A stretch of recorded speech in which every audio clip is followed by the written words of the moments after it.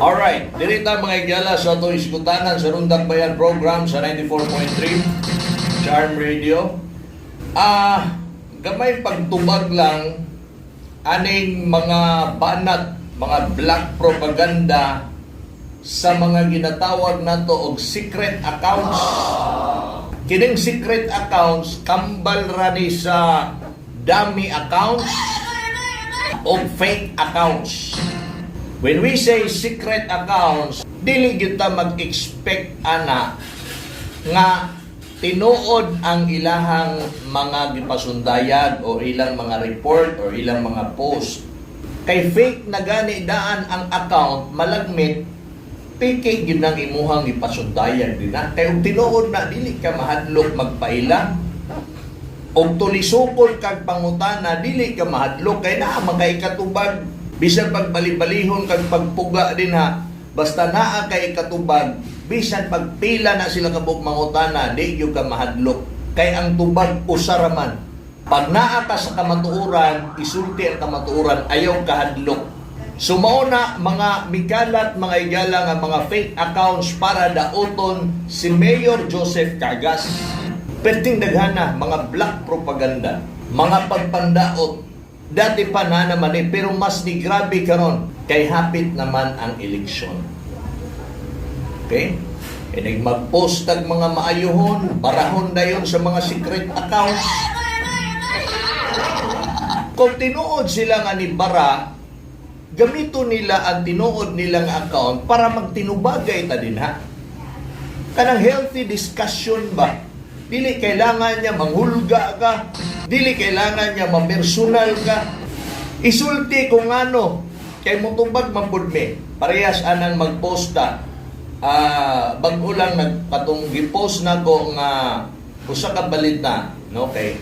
Gawas nga ato ng ibalita sa radio. Importante nga magpasundayan po nato na sa social media. Media gihapon na. Pero social media kay kita tanan pwede nga mahimong media ani. Pero dapat responsible ta sa atong mga gipanghimo. Labi na nga naataan ning sektor no sa media sektor. Dapat responsibilidad detalyado. Kung naay mangutana, pwede na tong tubagon.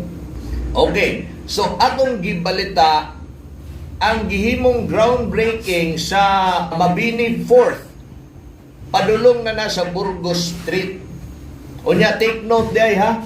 Dili day kay Mabini 4th lang na. Apil ang Mabini 5th. Pero wala pa na groundbreaking. Pero sigurado na basig next week, mag-groundbreaking na din ha sa Mabini 5th. Okay. So, nag-groundbreaking. Kung sa ganito, basta mag-groundbreaking, pagsugod ka na sa pag-construct o pagtrabaho sa kalsada o sa proyekto. So simintohon na din na. Karon, nanggimaw na ang mga fake accounts or ang mga secret accounts nga na personal. Okay, balik ko na ko. Og simintoon din ang dalan din na sa Burgos or Mabini 4th to Burgos, Mabini 5th to Burgos. Ha? Daotan ba ang pagpasiminto anak? So asa man ka mabikil nga masuko man kag magbalita ta na kamo nga mga fake accounts or kamo nga mga secret accounts. Okay? Asa man mo nabikil? Anong mo saw-saw man mo dito, mo comment man mo dito kung sa gisulti ato niya dito? Nya Mr. Bidyaman palamunin ra daw ta? Diyos ko porsanto ng ulo nga palamunin. Kanang nagpaila lang yun ba nga nuhaw mo yun ganing mga tawhana oy. Gamitan na lang kag pulong ngayon anak palamunin. Sige, imo na usay mo gusto. Unsa ba din na nga mga personal nga layok na kaayo. Unya niingon pa dito nga ang gihimo kuno ni Mayor Cargas retouch na lang daw sa mga gipanghimo sa kanhi administrasyon. Grabe po makasulti o retouch. Gawas ana, naapay mga secret accounts nga mga nagapangatake. Okay? Kanang grabe ka mga personal. Si Mayor Joseph Cagas daw giingnan na nilang kurakot, nagpakadato, ingon ana, pati mga anak gipapalitan daw sa sakyanan, pati apo gipalitan og sakyanan, nasumbraan na po ning ilahang pagkabakakon ba? Si Terde mga igala, apo ni Mayor, mao pa'y pag-practice og lakaw ana. Pero sa fake accounts or secret accounts nga naghimo og mga black propaganda, nag-ingon dito nga pati daw apo sa mayor gitagaan og BMW nga sakyanan. Ha? Grabe ka mga desperado ning mga secret accounts.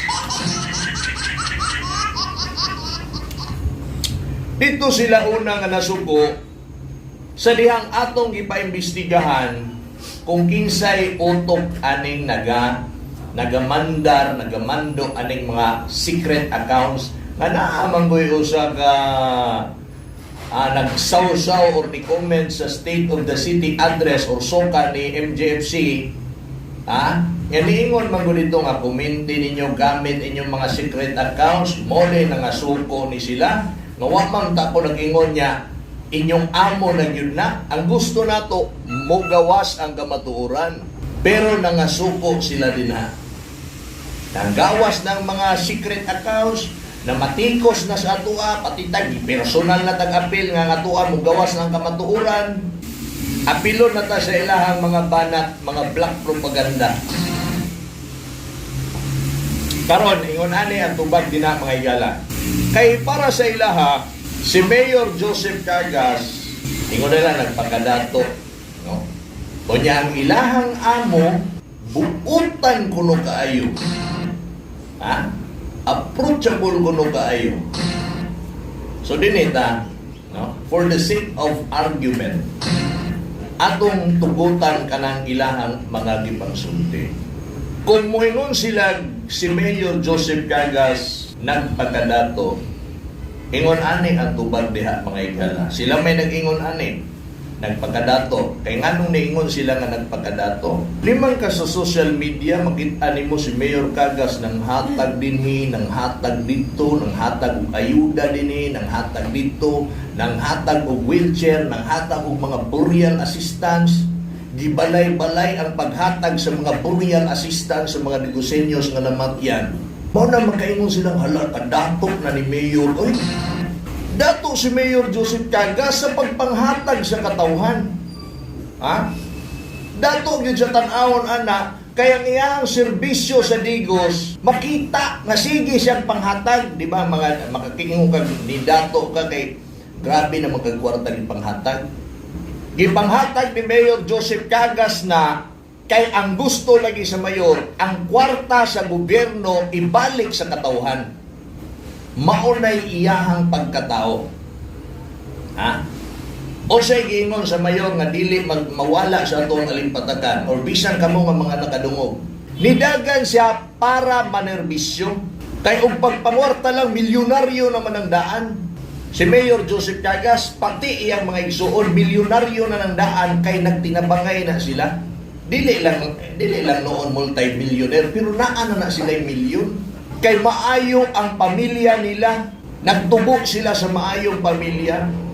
Nya ang gisulti sa ilang lula sa lod kaniadto kini madungog man ako na pag-istorya si Mayor ani, bisan kamo siguro uban nakadungog. Nga dili gyud magbinuang sa gobyerno. Kung musulod mo politika para mo tabang, ayaw mo sulod na para mo bahog inyong pangalan. Oh. Maayo ang pag-amuma ba sa ginikanan? May man ang pag-amuma silang ginikanan na sila Mayor Cagas? Dili yun na kurakot si Mayor. Tanan ipanghatag iuli sa katawhan. So kung dato na para sa ilang paminaw, dato sa paghatag kay ang kwarta sa gobyerno, gipangbalik sa katawhan. So nagtuog yun sila nga dato yun si Mayor. Kung na may dato din ang Digos, na feel na to nga dato ang Digos kay ang atong mayor, ang kwarta gipang balik man sa katawhan. Pinaagi sa mga programa o proyektong infrastruktura, di na nga side mga igala dato si mayor. Kay dato man natong syudad sa Digos, maupod unta na igihimo kaniadto. Nga ma-feel sa mga Digosenyos nga dato ang syudad. Bilyon na gud ang ato ang ira. Samot pag yun mo dako ang ato ang income sa syudad sa Digos, kay maayo kaayo ang plano ni Mayor Joseph Cagas, income generating, para pag mudako ang ato ang ira, mas daghan na puntag mahimo.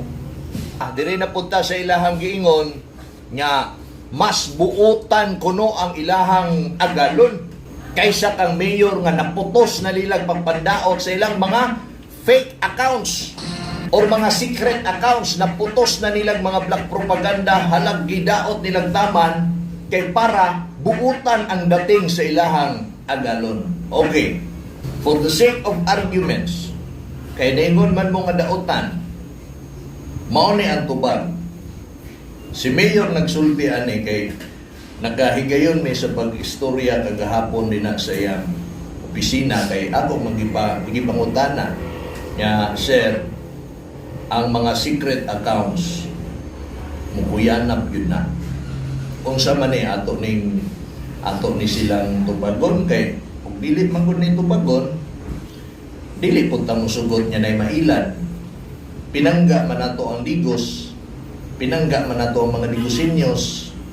So kay pinangga man nato ang mga Digosenyos, dili ta gusto nga iladilaron lang sila, di ba? Nga dito sila mo suporta, dito sila mo tuo, kay lagi buutan lagi daw to. Nya ikaw puno man ka sa pagpandaot nila. O sige, mo ni ingon ni Mayor Joseph Cagas, kung daotan ang paghimo og mga infrastruktura, musugot na lang ang mayor nga tawagon siyang daotan. Okay? Kung buutan gani ang pikas, nya maunang ilang nahimo, kamo na'y bahala mo balanse, sugdan nato sa sinugdanan.